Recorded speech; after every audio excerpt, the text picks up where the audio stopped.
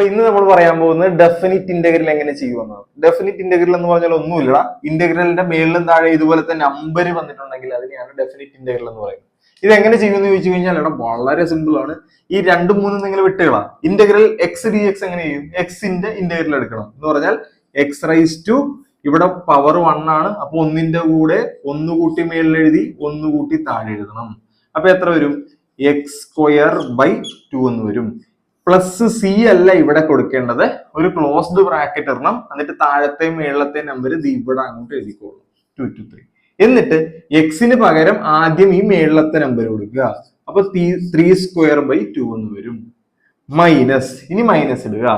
എന്നിട്ട് താഴത്തെ നമ്പർ എക്സിന് പകരം കൊടുക്കുക, 2 സ്ക്വയർ ബൈ 2.